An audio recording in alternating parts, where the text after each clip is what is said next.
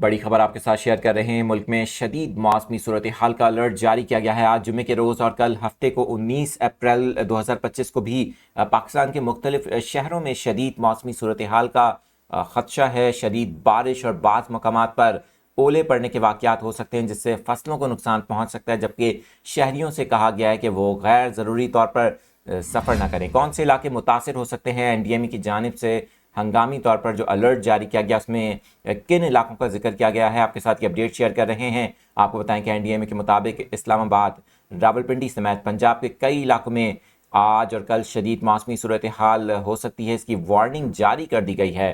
اٹک، چکوال، گجرات، جہلم میں آندھی کا امکان ہے، جبکہ اس کے ساتھ کئی مقامات پر شدید ژالہ باری ہو سکتی ہے۔ این ڈی ایم ای کی جانب سے بتایا گیا ہے کہ پنجاب کے شہروں فیصل آباد، حافظ آباد، جھنگ، خوشاب اور میاں والی میں بھی شدید موسمی صورتحال کا سامنا کرنا پڑ سکتا ہے۔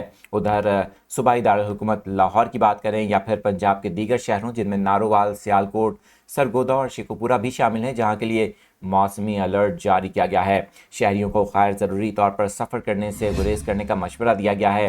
آئندہ 48 گھنٹوں میں خیبر پختونخوا کے بھی مختلف علاقوں میں بارش اور برف باری کا امکان ہے۔ پاکستان میں مغربی ہواؤں کا غیر معمولی سلسلہ، جس سے گزشتہ دنوں بھی اسلام آباد میں شدید ژالہ باری اور غیر معمولی طوفان کے باعث تباہی دیکھنے کو ملی تھی، ایک بار پھر اسلام آباد سمیت پنجاب کے بھی مختلف علاقوں میں شدید موسمی صورتحال کا الرٹ جاری کیا گیا ہے۔